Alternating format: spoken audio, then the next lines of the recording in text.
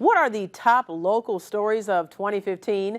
Well, for the last 2 nights, we've been recapping them based on your votes. They're the result of a special Wayne.com poll called 2015 Coverage You Counted On. On this New Year's Eve, we wrap up our countdown with the top 5 stories of the year.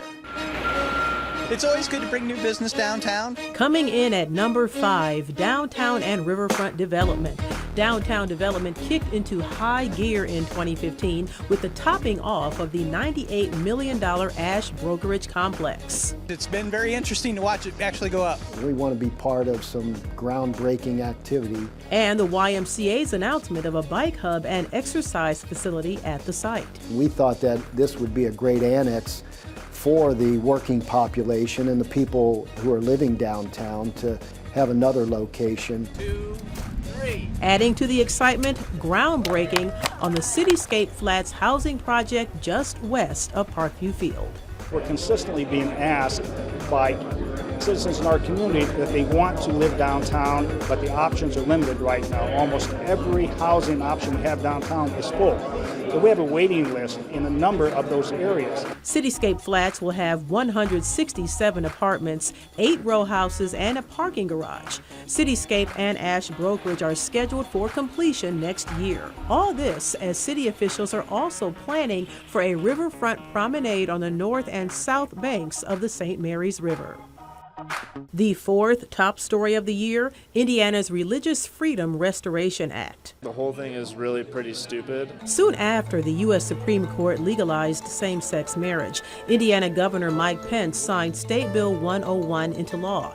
It allows individuals and companies to use their personal religion as a basis in deciding whether to deny service to anyone based on the religious beliefs of the owner.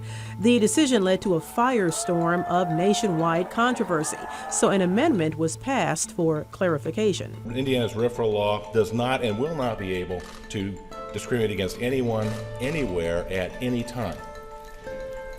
We are hopefully putting an end to this misrepresentation of what this law was really intended to be. At number 3, the murder of Owen Collars. It really broke my heart. When he went missing, I'm like, oh my gosh, that could have been my kid. 3-year-old Owen was killed in Bluffton in January. In June, Zachary Barnes, the boyfriend of Owen's mother, Brianna Arnold, pleaded guilty to murdering Owen. He said the child was wrapped in plastic, put in a cardboard box, driven to a wooded area, and set on fire. Barnes was sentenced to 50 years in prison. Arnold's trial will begin in January. Zachary, got anything to say? No. A teenager also implicated in the crime, Zachary Barker, has pleaded guilty to abuse of a corpse. He won't be sentenced until Arnold's case is resolved.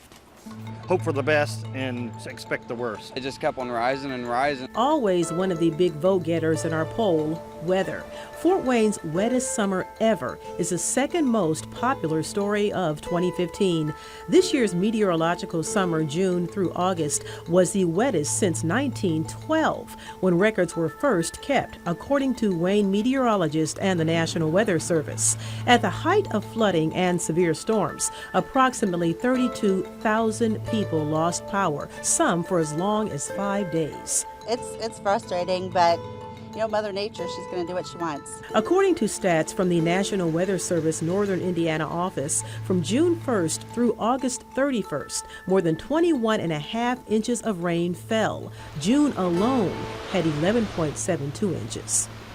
And the number 1 story of 2015, cop at IHOP goes viral.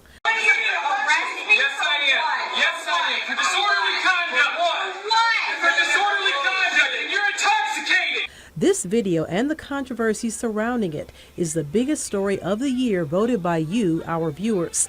This chaotic video posted on social media shows a disagreement between police officer Stephen Ealing and intoxicated customers at a Fort Wayne IHOP. It was presumably posted to make Officer Ealing look bad. Instead, he came out the hero. 99% of the officers out there are doing what they're supposed to do. They're doing the right thing. So we don't have anything to hide. The woman in the video, Shayna Hancock, ended up facing charges. Turns out she has a criminal record that includes DUI and drug convictions. This video, by the way, received hundreds of thousands of views on YouTube. The Fort Wayne police officer should be commended. You can see all of the top 15 stories by going to our website, wayne.com. And as we get ready to begin a new year, we here at News Channel 15 look forward to continuing to provide coverage you can count on. In Studio 15, I'm Tara Brantley.